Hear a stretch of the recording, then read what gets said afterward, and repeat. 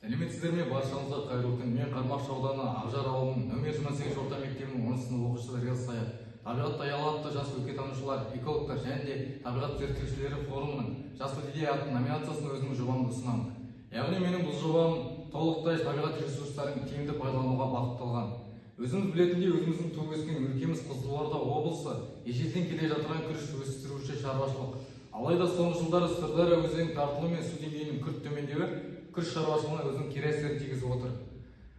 Және де күріш өзіміз білетіндей 3,5 айдан астам уақыт өте көп суды қажет ететін дақыл. Алайда су болмаса осы күріш егістігіне солай экологияға өзінің кері әсерін тигізеді.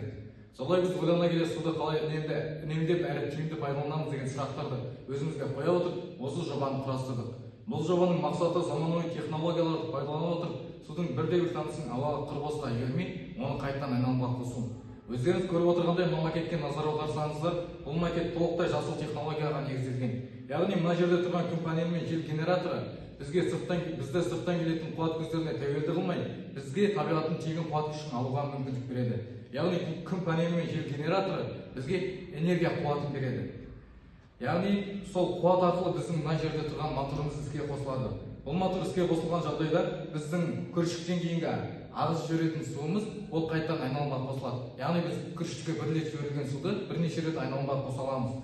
Солай біз осы жобаны Қызылорда өңіріндегі күріштіктерге арнай отырып, біз өзіміздің өңірімізде 40-50% суды сақтап қаламыз. Солай өзіміздің өлкеміздегі табиғат ресурстарын сақтай аламыз.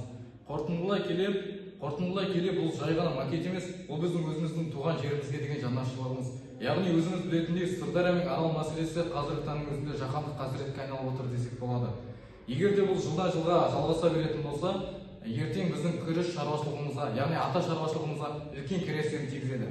Ал мынау менің дайындаған жобам оның осы мәселені шешудің бірде-бір шешімі болып табылады. Егер де біз осы жобаны пайдаланатын болсақ, біздің жеріміз көркейіп, өзіміздің жерімізде қысқарып жатқан күріштіктер қысқармай, оларға дым кесірін тигізбейді. Солай қазіргі таңнан бастап осындай жасыл технологияларды енгізбесек, біз ертең бәрі кеш болуы мүмкін. Сіренің берекесі Сырдарияны сақтап қалу өзіміздің қолымызда. Назар салып тыңдағандарыңызға шын жүректен рахмет.